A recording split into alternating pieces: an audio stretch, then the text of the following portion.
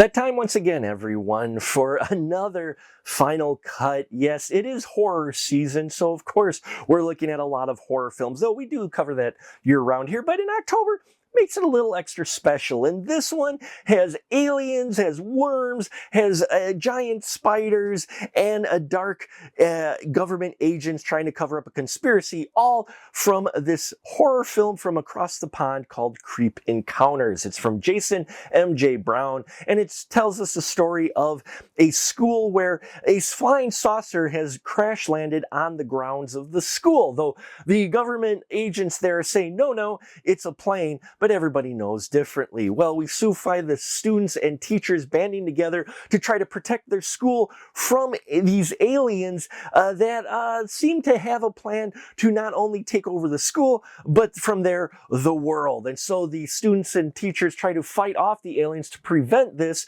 But what complicates matters is there are some government soldiers out there who have their own motivations to do this. And we see how all of this collides inside this school in Creep Encounters. This is a small budget film that makes the most of its budget, and there are a lot of things that they put in here that I enjoyed, and there's a couple rough edges as well. Things I did enjoy in here were the performances by all. It is character driven. You see a lot of the stuff is sold by our performers rather than special effects. So they describe, look, there's a spider and everybody looks scared and runs rather than actually seeing the spider.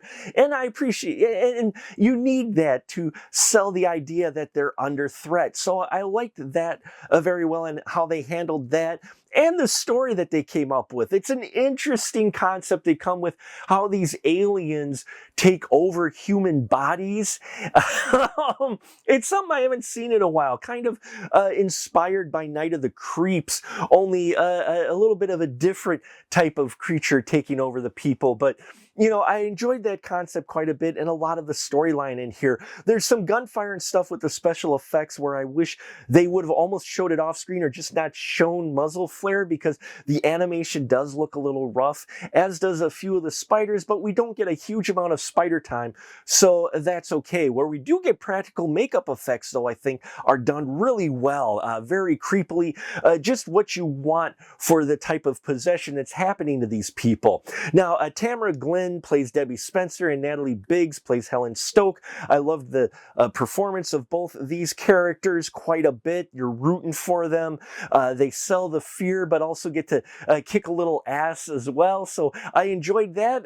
Probably my favorite character, though, is Maxine, played by Charlotte Wallace.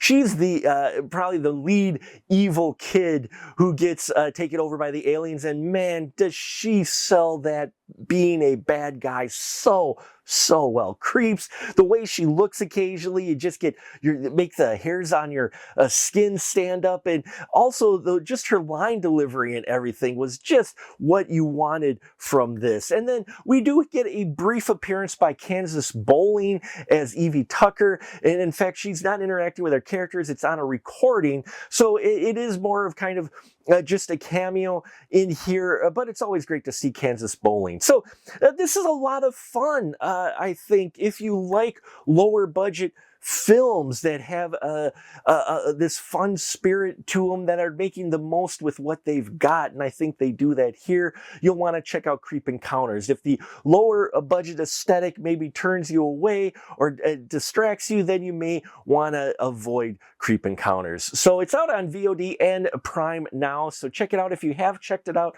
please let me know what your thoughts are on the movie. Like, subscribe, bells and whistles and all that here.